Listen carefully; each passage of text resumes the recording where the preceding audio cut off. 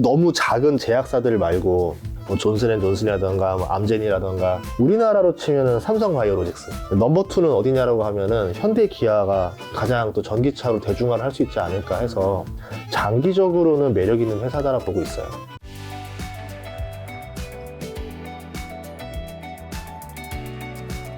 자, 한국 경제에 좀 들어와서 마이너스 경제 후퇴 국면은 아니지만 이제 경기 하강 빠르게 진행되고 있고, 당장 이제 국내만 봐도 수출 둔화 움직임 심상치 않다고 하는데 예. 어떻게 보세요? 10년에 한 번씩 꼭 이랬었어요. 이제 원래 38 광땡이라고 했잖아요. 네네. 그만큼 우리나라 경제가 다 경기 민감주에다가 수출 주도 업종이기 때문에 전 세계 경제가 안 좋은데 한국만 수출이 뭐 펄펄 나를 수도 없는 거예요. 그냥 같이 죽는 거기 때문에 한국 코스피가 딱 그겁니다. 세계의 경기 민감도를 보는 온도계 같은 역할이에요. 그러니까 지금 적자가 뭐 몇 달 연속으로 계속 나고 있다. 그만큼 세계 경제가 지금 상태가 안 좋구나. 근데 이게 영원하진 않다라는 거죠. 이게 지나고 나면 또 이제 언제부터 또 흑자로 전환했습니다. 또 몇 달째 흑자가 계속 연속으로 상승하고 있습니다. 이런 뉴스도 나올 거거든요. 긴 안목에서 보면은 오히려 지금이 이제 나쁘니까 주가를 싸게 살 수 있는 시기구나.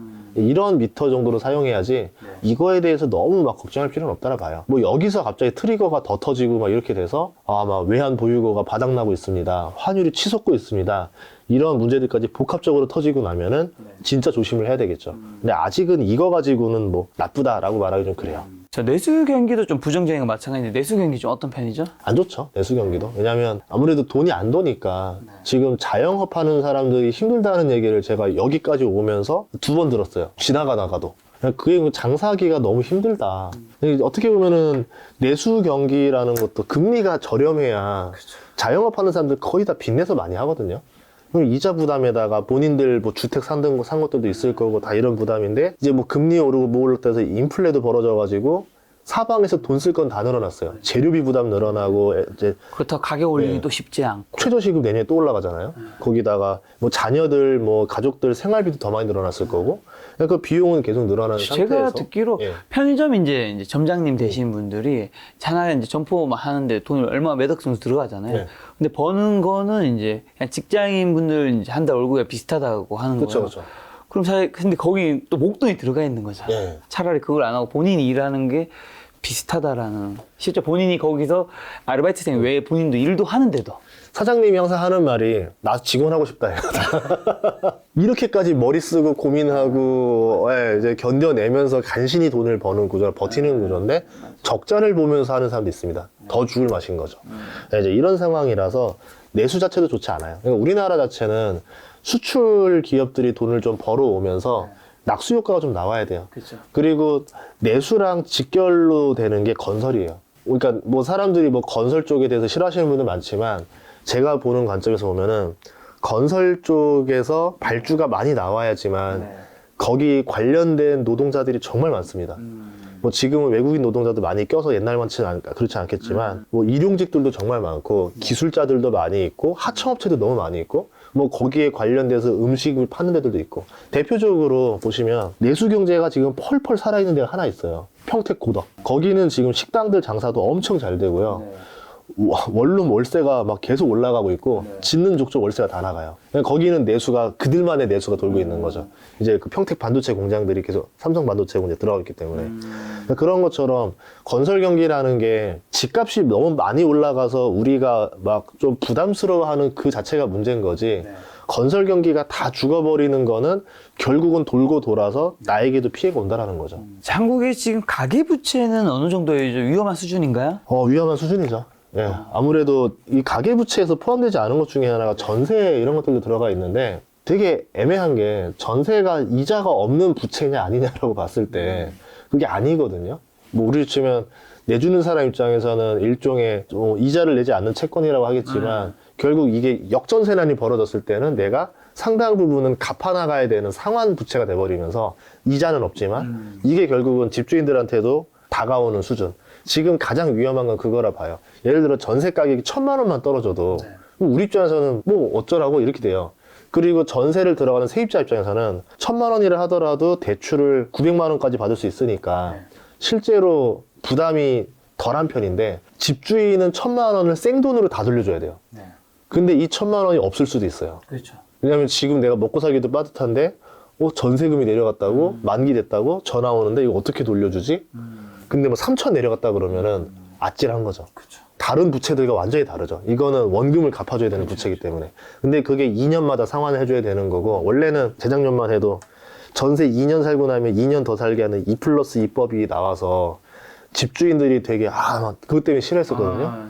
지금은 더 걱정하는 거야. 한 번만 더 살아줬으면 좋겠는데 나간다고 할까봐 입장이 참 갑자기 바뀌었습니다. 네, 저는 이게 가장 핵폭탄이라 봐요. 자, 그럼 이제 삼성바이오로직스 셀트리온에 있는 바이오섹터 한번 점검해 주신다면. 바이오 섹터에 대해서 그냥 크게 설명을 드리면 네.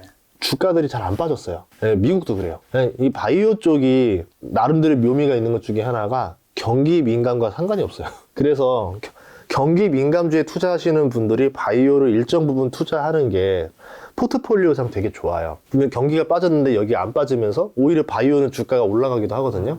그러면서 내가 손실을 회복해 줄 수도 있기 때문에 괜찮다라 보고, 북반구 국가들 고민이 다 늙어가는 노령화가 고민입니다. 노령하고 이때가 다 베이비 부머고 이 세대가 다 돈을 쥐고 늙어가는 세대이기 때문에 헬스케어라던가 제약에 대한 관심이 커질 수밖에 없어요. 그래서 너무 작은 제약사들 말고 이제 좀 미국으로 치면은 좀 큰 제약사들, 뭐 존슨앤존슨이라던가 뭐 암젠이라던가 좀 약간 좀 대규모의 약간 제약사들이라던가 헬스케어들 위주로 보시는 게 좋을 것 같고, 우리나라로 치면은 삼성바이오로직스 일종의 반도체를 보면 이런 거예요. 뭐 엔비디아가 나오고 AMD가 나오고 이런 것들은 미국이 꽉 쥐고 있잖아요. 바이오도 이제 그런 개념으로 봐야 되겠죠. 거기에 특허가 나오고 신약이 나오고 하는데, 여기에 대해서 약을 가장 잘 생산해 줄 수 있는 회사, 공장 TSMC가 되는 거죠. 그러면 이 수요는 계산해 봤을 때 늘어날 수밖에 없는 수요라 보는 거고, 장기적으로 매력이 있다라 보죠. 다만 단점이 하나 있는 게 비싸다. 비싼데 주가가 진짜 안 떨어져요. 그래서 지금 기회를 계속 못 잡고 있는데, 한 번 정도 기회가 온다라고 하면은 장기 투자 목적으로도 생각해 볼 필요가 있다라 봐요. 네. 자, 현대차 기아가 있는 자동차 섹터는요? 포텐에 대비 너무 주가가 안 올라요. 너무 아쉬워 죽겠어요. 이제 아무래도 자동차라는 것 자체가 경기 민감해서 아주 극민감이잖아요. 사람이 돈이 없으면은 바로 차를 안 사게 되고, 그렇죠. 제일 비싼 거니까. 상식적으로 생각하면은 할부를 받아야 돼요. 대부분 다 내 돈 주고 사는 사람은 없고, 카드론을 하든 뭐 자동차 할부를 하든 하는데, 자동차 할부가 저번에 14%짜리까지 봤거든요, 뉴스에서. 14%짜리를 받아서 내가 차를 사느니 안 사는 게 낫지 않을까 싶은 거죠. 그러면 차에 대한 수요가 뚝 떨어질 수도 있다라는 거죠. 돈이 있을 때 없을 때 사람들이 차를 대하는 게 다릅니다. 재작년인가? 베스트카가 그랜저였었어요. 깜짝 놀랐어요. 아반떼가 아니고 왜 그랜저가 1위야? 이러면서. 그만큼 사람들이 돈이 있을 때는 좀 비싼 차, 좋은 차 이런 모델의 판매가 나오면서 마진율이 확 좋아지는 거고, 경기가 조금만 죽으면은 이제 사람들이 지갑을 확 닫아버리면서 리스크가 크다. 그런데 현대차, 기아차는 이제 국내로 보면 안 되고 글로벌 탑급 회사로 봐야 된다. 저번에 공급난이 터졌을 때 현대, 기아가 상대적으로 덜 당하면서 도요타에 바싹 따라붙은 모습을 많이 보여줬거든요. 생산이 많이 잘 나와서 미국에서도 판매가 잘 됐고, 그리고 전기차 모델의 반응이 굉장히 좋습니다. 유럽이라든가 미국에서.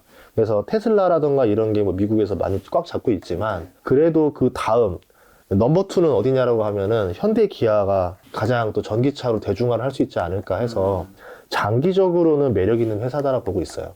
다만 이제 지금 경기 침체엔 또 쥐약인 회사기 때문에 당장보다는 좀 먼 미래를 봤을 때 한번 기회가 오면은 한번 좀 사볼만 하지 않을까 생각하고 있습니다. 자, 게임 콘텐츠 섹터는요? 이번에 위믹스 때문에 난리가 났었죠. 위메이드에서? 네, 위메이드 때문에. 이 위믹스 사태로 인해서 이런 게 문제인 거예요. 뭐 아까 베트남이 사건이 터지고 나면 아시아가 무너지는 것처럼 위메이드 사태로 인해서 플레이 투 언을 미래로 봤던 게임 섹터들이 다 무너지는 거예요. 이게 한 번에 날아간 거죠. 나락이 가는 거죠. 신용이 깨져버리는 거죠. 그래서 게임주는 한 템포 좀 죽고 가야 되지 않을까 이렇게 보고 있고, 호재가 되려면은 중국을 좀 기다려 봐야 될 것 같아요. 중국에서 그동안 이제 공동부유 이러면서 작년쯤에 해가지고 그 게임 규제를 굉장히 세게 했었거든요. 이거에 대해서 좀 많이 풀려나야 되지 않을까. 그리고 우리나라도 원래 그 게임 그 밤 되면 딱 그 셧다운 했었거든요. 이것도 다 해제가 되고 하니까 좀 시간이 지나고 나면 회복이 되지 않을까. 그리고 저는 게임은 항상 이해가 안 가요. 아직까지도. 왜 아이템을 자꾸 돈을 주고 사냐. NC소프트 돈 버는 거 보면은 기가 막혀요. 아직도 리니지를 해? 이러면서. 근데 좀 약간 게임주는 그거 말고 좀 다른 형태의 게임들? 사람들이 좀 우리가 안 유명한 회사인데 갑툭튀로 갑자기 요 게임 냈는데 이게 초대박이 나는 소형 게임 회사들이 나올 수도 있거든요. 그런 회사들을 한번 주목할 필요가 있지 않을까 생각합니다. 자, 마지막으로 리오프닝 섹터만 점검해 볼까요? 너무 안타깝죠. 좋은 날만 올라 하면은 자꾸 뭐가 터져요. 결국 리오프닝 섹터는 중국이랑 연관돼 있어요. 중국이 또 상하이 봉쇄를 하는데 4만 명 정도 확진자가 1일 나온다라고 하면은 그거는 중국 치고 거의 최고 수준이거든요. 아마 겨울이라서 좀 문제가 있을 것 같아요. 그러니까 지금은 코로나 아니어도 감기가 걸리는 시즌이라서 뭐 이런 것들까지 과연 분류를 해서 잡았는지 아닌지 모르겠습니다. 좀 시간이 지나고 나면 이제 감기를 안 걸리는 시기 아마 봄 정도는 지나야 되지 않을까. 그리고 이 겨울만 되면은 또 어떤 문제가 있냐면 에너지 가격이 많이 올랐잖아요. 난방유 가격이 많이 오르면서 난방을 안 떼는 거예요, 이 시기에. 보통 우리는 이제 조금만 추워도 10월, 11월부터 난방을 떼는데 우리나라의 이 에너지 가격과 외국의 에너지 가격은 엄청나게 차이가 나요. 중국 같은 경우는 국민들 소득 대비 에너지에 대한 비중이 너무 크니까 버텨버리는 거죠. 안 틀고. 그러다가 이제 감기 걸리고 그러면서 이제 환자들이 확 늘어나는 시즌이 그런 시즌이라서 겨울은 지나고 나야 이게 좀 잠잠해지지 않을까. 그리고 이제 어느 정도 이제 마무리되고 상하이에서 시위가 벌어지고 있는데 지금처럼 봉쇄를 이렇게 세게 하는 거는 이번이 마지막이다라 보고 다음번 때는 풀어야 된다. 풀어서 이제 해외여행도 좀 자유화 시켜야 되지 않을까. 그렇게 됐을 때 가장 수혜를 보는 게 우리나라라서 그때쯤을 좀 기대하고 있습니다. 자, 2023년도 이제 얼마 안 남았잖아요. 예. 2023년에는 좀 돈은 어디로 이동하고 V 시그널은 뭐가 있다고 생각하세요? 굉장히 난이도가 있는 장이라 봐요. 한번 밑으로 출렁하고 위로 올라가는 거다라고 지금 다들 예상하고 있거든요. 그래서 상저하고 뭐 이렇게 많이 보시는데 너무 빨리 들어가도 위험하고 너무 늦게 들어가면 또 기회를 놓치는 그러니까요. 마치 도루 타이밍을 잡아야 되는 시즌이라 난이도가 상당하다. 그러면 이런 거 신경 쓰지 말고 적립식으로 아마 나눠서 사는 방법도 나쁘지 않을까. 이렇게 좀 보고 있고요. 침체를 봤을 때는 오히려 호황을 보는 게 좋아요. 근데 지금 돈은 경기 민감주들이 당장은 돈이 안 돼 보이고 굉장히 주가 많이 하락했지만 내년, 뭐 내후년 한 1, 2년 정도만 견디고 나면은 한 5년 뒤에는 활짝 웃는 주식들이 되지 않을까. 그렇게 보고 있습니다. 그래서 남들이 가지 않는 주식들을 좀 보셨으면 좋겠어요. 언제나 이제 위기 때 이제 사실 뭔가를 이제 준비를 제대로 하신 분들이 다음번 이제 상승기 때 큰 부를 쌓는 거잖아요. 예. 이번 위기 때 부동산도 지금 굉장히 위기로 가고 있고 주식도 어쨌든 굉장히 2,400대 안 좋기도 한데 가상화폐는 더 안 좋고 뭘 좀 해야지 우리가 다음번 상승기 뭐 부자가 될 수 있는 기회를 좀 잡을 수 있을까요? 아마 대부분 사람들이 알고 있을걸요? 지금 사면 돈 된다라는 걸 아는데 돈이 없을 거죠. 그렇죠. 예. 그러면 결국은 뭐냐면 돈을 늘려야죠. 원화책으로 해야 되나요? 원화책으로밖에 없어요. 그러니까 어쩔 수 없어요. 지금은 내가 뭐 직장 생활하는 것도 열심히 하고 어쨌든 이거는 이런 매크로적인 부분은 내가 해결할 수 있는 게 아니에요. 아니죠. 내가 뭐 백날 뭐 외치고 어디다 한다 되는 게 아니니까 그냥 시간이 지나면 이 또한 지나가리라 생각하고 그냥 지금은 내가 내 직장에서 열심히 하고 월급을 차곡차곡 모으고 가급적이면 절약을 해야 되겠죠. 부채도 좀 비싼 것들 있으면 다 정리를 하고 예를 들어서 내가 좀 전세를 살고 있는데 좀 너무 큰 집에 살고 있었던 것 같다라고 그러면 좀 약간 사이즈를 줄여가지고 유동성 확보하고 차라리 이렇게도 말해요. 원화채굴에 대해서 어떻게 생각해야 되냐면 유동성 확보를 하라는 말이거든요. 내가 지금 이자를 내고 있는 돈이 뭐 저렴하게 어떻게 운 좋게 좀 빌린 돈이 있다. 한 3% 정도 이자로 대출이 있는데 이거를 갚아야 됩니까? 안 갚아야 됩니까? 저는 안 갚아야 된다라 봐요. 이게 나중에 나한테 내가 어떻게 기회를 줄 수도 있을지 모르는 기회가 나올 수 있다라 보는 거죠. 그렇죠. 6%, 7% 되면은 갚는 게 낫겠지만 저렴한 이자는 만약에 어떤 사태가 벌어졌을 때 나한테 큰 기회를 줄 수 있는 시드머니가 될 수도 있다. 예, 그래서 이렇게 좀 현금 확보에 최우선을 뒀으면 좋겠어요. 이 원화 채굴 측면에서 좀 어떻게 원화를 채굴하면 좋을지 여쭤보고 싶은데 사실 이런 위기 때 이제 나중에 부자 되시는 분들을 보면 그런 분들이면 똑같이 직장인, 공무원 이런 분들이 아니라 지금 이 시기 때 현금을 많이 확보하시는 분들일 거란 말이죠. 예. 근데 내가 아무리 뭐 아끼고 한다고 해도 그건 한계가 있을 건데 한계 있죠. 이때 이제 현금을 많이 벌어들일 수 있는 그게 뭐 부업일 수도 있고 뭐 다른 여러 가지 창업일 수도 있고 할 텐데 좀 뭔가 추천할 만한 게 뭐 어떤 게 있을까요? 지금 상황에서는 뭐 자기 개발 것도 없다라고 봐요. 우선은 지금 당장 내가 갑자기 원화채굴을 할 수 있다? 그거는 저 배달의 민족 하는 것밖에 없죠. 월드컵 특수가 있으니까. 뭐 이런 것들 빼고는. 그리고 경기 침체가 오면은 부업도 할 만한 게 하나도 없어요. 제일 해야 되는 거는 부자가 됐던 사람들을 뭐냐면 아까 말했던 대로 내가 부업을 조금 더해서 일을 더해서 벌어들이는 돈이 아니라 그거는 기본이고 아까 말씀드렸던 대로 전셋집을 확 줄여버려요. 내가 30평 살다가 이 타이밍이 온 것 같아 하면서 15평으로 집을 줄여버려요. 극단적으로 한 다음에 지금 너무 견디기 힘들지만 이렇게 줄여서라도 그 현찰을 확보해서 이거로 투자를 할 거야. 그렇게 베팅했던 사람들이 보통 이제 나중에 성공을 하더라고요. 기업들도 보면은 지금 뭐 약간 좀 일부러라도 회사채를 먼저 내고 있어요. 내년에 내는 것보단 지금 내는 게 훨씬 더 낫다라 보는 형태로 유동성 확보하듯이 내가 좀 큰 현찰들을 확보할 수 있는 방법을 생각해 보면 좋을 것 같아요. 자, 남은 12월 이제 2023년 증시 투자 포인트란 눈여겨봐야 될 이제 변수만 마지막으로 한번 찝어주신다면. 변수는 이제 CPI 발표인데 13일인가 나오고 14일 날 금리 인상을 발표해요. 연준에서. 이 두 날이 이제 가장 디데이가 될 것 같은 상황이 보여요. 이제 아마 내년에 대한 방향성을 다 보여줄 것 같은데 CPI가 예상보다 좀 많이 떨어진다라 그러면은 우리가 내년에 대해서 조금 더 기대를 좀 해보는 장이 올 것 같고 만약에 CPI가 안 떨어졌다 생각보다 올라갔다 라고 하면은 주식 투자에서도 조금 더 유의하시고 한 타이밍 더 뒤로 늦춰서 투자를 한다라고도 생각을 하시는 게 좋을 것 같아요. 그러면서 좀 맞춰가는 스타일로 가셔야지 너무 빨리 예측하셔도 안 되고 예측보다는 대응으로. 너무 늦게 대응하셔도 안 되고 지금 그래서 난이도가 너무 높은 상황이긴 합니다. 소장님 아마 김작가 TV에서 뵙는 건 올해에서는 마지막이고 이제 내년 2023년 뵐 것 같은데 저희 시청자분들에게 뭐 마지막으로 개인적으로 하시고 싶은 말씀 있을까요? 올해가 제일 힘든 장이었어요. 근데 내년에도 더 힘든 장이 올 수도 있다라 봐요. 그럼에도 불구하고 계속 투자를 하는 이유는 뭐냐면 정말 예측 불허한 상황이 오는 게 증시기 때문에 그래서 계속 하는 겁니다. 그리고 지금 우리가 투자하는 건 다 똑같아요. 지금의 내가 가진 자본으로는 어떤 상황의 역전이 날 수 없다라 생각하기 때문에 이 투자에서 나의 인생의 희망을 거는 거잖아요.